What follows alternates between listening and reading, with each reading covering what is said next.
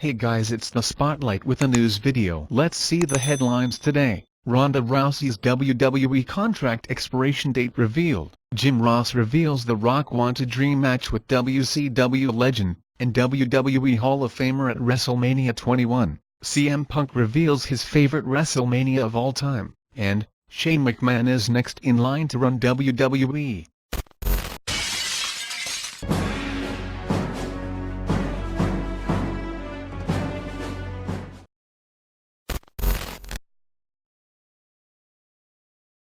Ronda Rousey may not be wrestling at the moment, but she is still very much part of the WWE roster. Sean Ross Sapp of Fightful has now tweeted out that Rousey's contract is not due to expire till April 2021. Ronda Rousey hasn't been in the WWE since she main evented WrestleMania 35 with Becky Lynch and Charlotte Flair. Since then, Rousey has been very comfortable being at home, and is not in a rush to get back to the ring. In an interview with People magazine, she said, "I think I need to figure out a different way of doing it to be able to not have to choose career over family, or family over career, and kind of find that happy medium. Right now, I think my family needs my undivided attention. I'm happy to give them that, but I'm trying to figure out a way, or a system, or somehow, that I could give both my family and WWE the best of me, and not be half-ass in both." It does seem that Rousey does want to come back to WWE, but she wants to do it on her terms. Perhaps she will return sooner than later.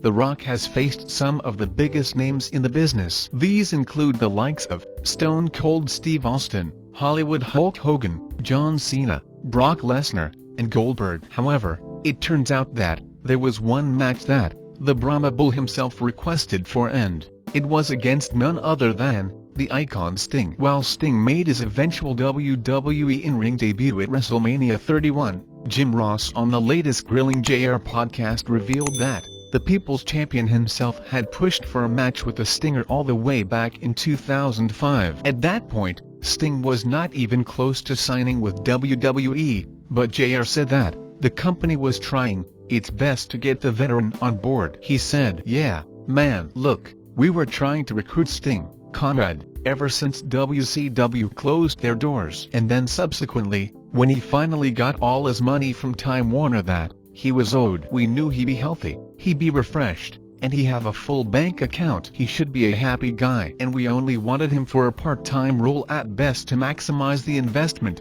and to not overuse an asset that had more matches in him than he had left. So yeah, we were always talking about bringing him in. Why not? But Rock and Sting would have been cool as hell." Jim Ross said that The Rock believed he could get a great match out of Sting. He explained, "And Rock, look, the thing about this, and I may have mentioned this before, it worth reiterating as far as bookers are concerned. Bookers find out that the top talents, who are gonna draw the money and put an ass every 18 inches, know exactly who they can and cannot work well with. Meaning that a great attraction like The Rock fighting another great attraction like Sting at the biggest event of the year like WrestleMania for the first time ever is money." Here the key though. Rock knew in his heart that he could get a match out of Sting, who had been dormant for quite a while, without any problem. Full confidence. And I believed it too. So anyhow, yeah, it was a topic we talked about. It's a big what if, but it sounds like The Rock really did want another icon versus icon match like he had with Hogan,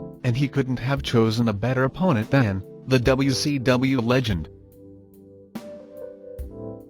Former WWE superstar and WWE backstage analyst CM Punk recently took a bunch of fan questions on his official Twitter handle. When a fan asked him about his favorite WrestleMania of all time, Punk responded with an interesting choice. The former WWE champion said that his all-time favorite WrestleMania was the 30th edition of WrestleMania.